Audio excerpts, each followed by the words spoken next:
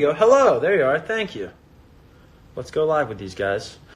That's the equivalent of a round of applause on IG. And welcome our guests. Hey guys. Hi. How's it going? Hey, thanks for doing this. How are you? I'm Nice to see you. How are you guys holding up? We're good, man. Right on.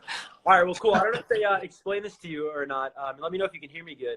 But basically, all of the questions today that we're going to be talking about over the next 20 minutes or so, totally from your fans all around the world. So you guys ready to dive in? Sure. All right, cool. So let's get to Brenda. Brenda, if you're in the house from San Mateo, you're kicking things off. Would you guys consider releasing an acoustic or cover album? Yeah, no, I mean, it's not out of the question. It's something that we've explored doing songs and reworking songs and arrangements and messing around with acoustics, and it's not our initial reaction as a band to play like that, but I enjoy it. So maybe as we get older, we'll want to go acoustic. Yeah, some cool covers. I remember when you guys were in New York a couple weeks ago. We were talking about Romeo and Juliet and the great work you did on that song. Right. Thanks. Yeah, that's one that we definitely enjoy doing. All the work was done by Dire Straits already. Let's get to Tiffany out in Sacramento, California. This is a question for Brandon. Brandon, has therapy basically cured your fear of flying, or is it still there sometimes? It comes in waves. Yeah, but it's helped me develop some techniques that I still use. But it's probably something I'll just live with for the rest of my life. But I'll be all right. I'll be okay. Right on. Let's get to some more. This comes from Gemma, I believe how you pronounce it, from Scotland. So an international question. They say, there seems to have been a lot of songs that haven't made the cut. Is there any chance of a Sawdust 2? This is nice. We're talking about Romeo and Juliet.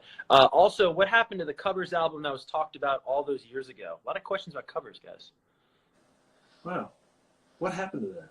What do we do? We were kicking around an idea. You say something in an interview and people just run with it. Right. And then you're stuck with this thing that follows you around like a cloud. Yeah. It's just like, we like to pay homage to people that we love and do covers. And I think we got some really good ones. Maybe if we had a lot of downtime, we would do a record where we did all covers. But it's not in the plans right now. Right. I think we're pretty happy with Caution, guys. I think we're good on that. Thanks. Let's get to let's see here. Justin in Berkeley. Justin Berkeley says, do you have any favorite memories of Berkeley as a city while recording Hot Fuss there?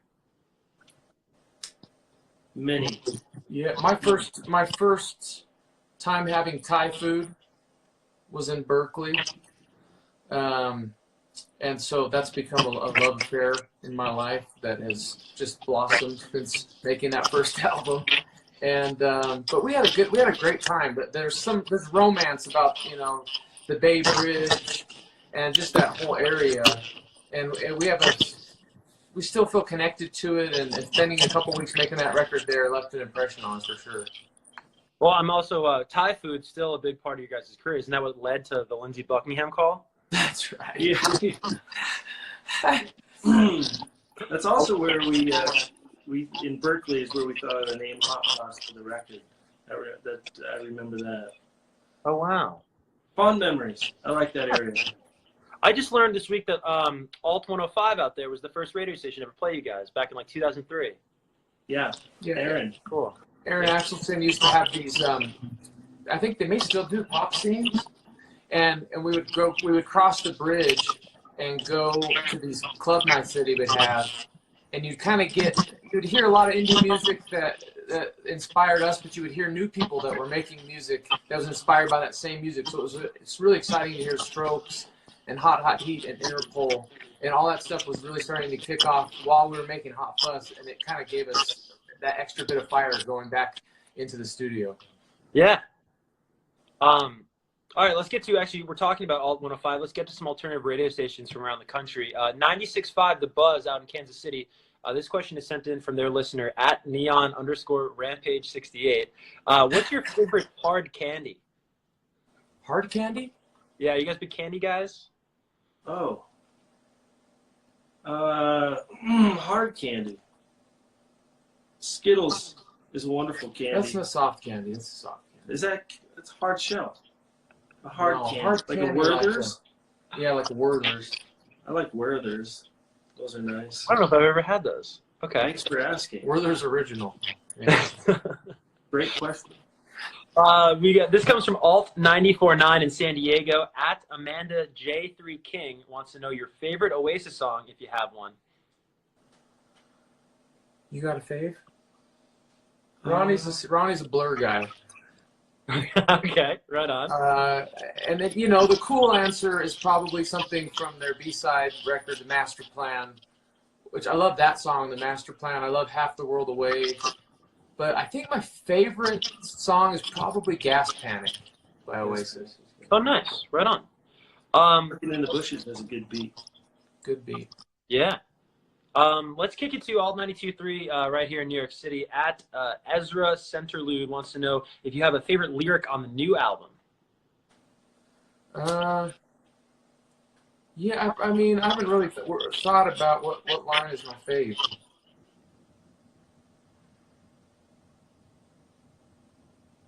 I don't know. I need time with that. Okay. We'll come back.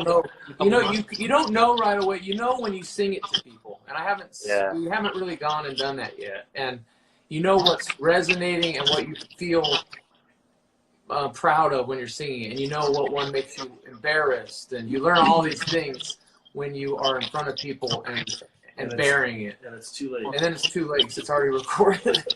Yeah. You guys almost. I've heard other artists talk about how when you make a new record, the songs almost feel like friends. And you don't really know them right now. You got to get to know them through tour and through things like you're talking about. Do you feel that sometimes? Some become lifelong friends. Some are just like fair weather friends. Yeah, you find that out very quickly. Some of the friends you can't get rid of, you know?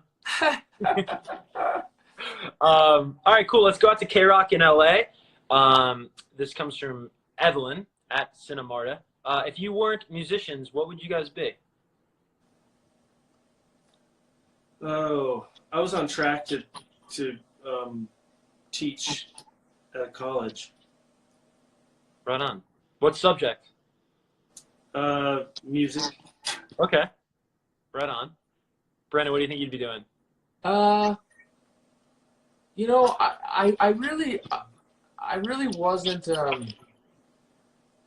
that ambitious of a person before I stumbled upon music. And it really gave me something to shoot for, and I found this fire that wasn't there for anything else. And so I was just happy doing whatever. I didn't really have a specific plan. I really liked the service industry, and I you know, that was just seemed to be the path that I was on in Las Vegas at the time. Yeah. Let's get to Philip Louie 01 in New York City from Alt 92.3. Do you guys have a dream producer that you would love to work with? Maybe somebody maybe we wouldn't even expect, or somebody that's just, you know, on your bucket list there? We're lucky. We work with a lot of people that we want to work with. Going back to our second album, we had kind of a dream team with Flood and Alan Mulder. And then now, I mean, there's nobody on this record. We got the guys that we wanted to work with. Of course, there's people like Brian Eno that you think about. Yeah. Jeff Lynne and Brian Eno, that would be a great. Yeah, Jeff, if you're on Instagram right now. This is from K-Rock in LA. They want to know, next time you come to LA, can you please perform Romeo and Juliet? That's more of a request than a question, but how often does that make sets, guys, when you tour? We did that a fair amount on our second or third tour, I think. Yeah, we've done it a little bit. But it hasn't been brought out since. It's such a great song. Yeah. Okay, a national question from radio.com at Y_Towers wants to know, what are you guys personally doing to stay sane through this, you know, unprecedented, just crazy time we're going through? Routine, trying to develop some kind of a routine. You got to go got we have a dog, so just little things like taking the dog on a walk and having some kind of a plan for the day has helped me a lot. Yeah, totally. We're doing a lot of this. Themed dinners. We do this. Dinners? Yeah, we do this like themed dinner movie combo where like we have like Chicago style pizza, and then I show my kids like a classic movie that's based in Chicago. Oh, that's awesome. That's good. And it's been really great. And so I wouldn't typically show them something like National Lampoon's Vacation because they're a little young.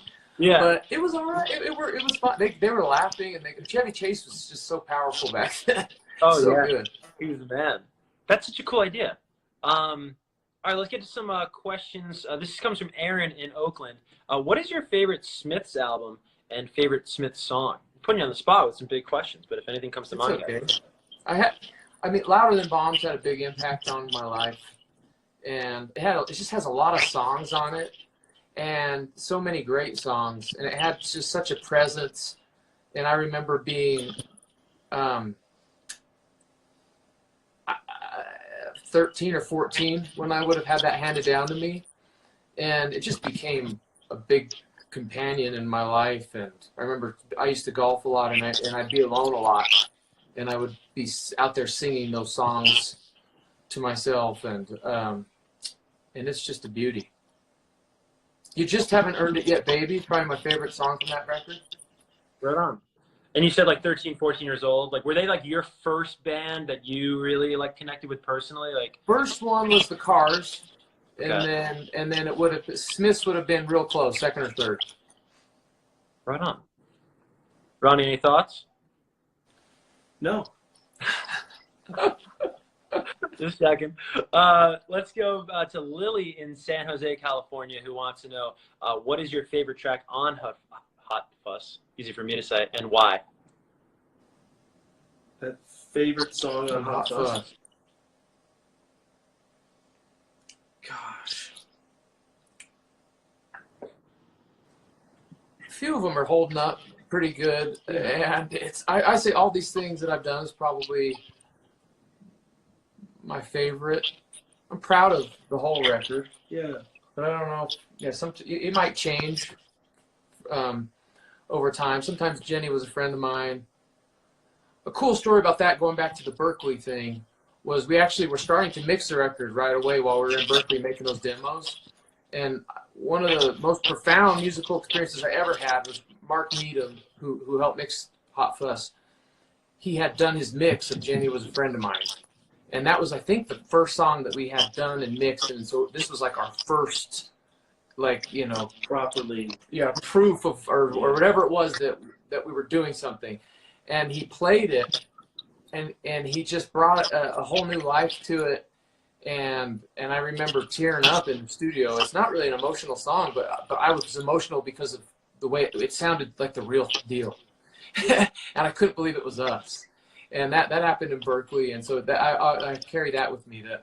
That feeling with Jenny Was a Friend of Mine sometimes. Yeah. Is there a bit of a hometown feeling for you guys? Of course, from Vegas, but so many of these firsts, like you're just talking about, Brandon, happened in the Bay Area. Do you think of that as almost like a home away from home? There is something about the Bay Area that is. I have a place near there, and there's always been something, a romance with that area for me. Right My sister used to live on Treasure Island. Her husband was based in the Navy. And so we're pretty familiar with that area, and we love it. That's awesome. Speaking of, let's go to Sarah in San Francisco. Has anything been difficult about touring these past few years compared to previous albums and earlier on in your career?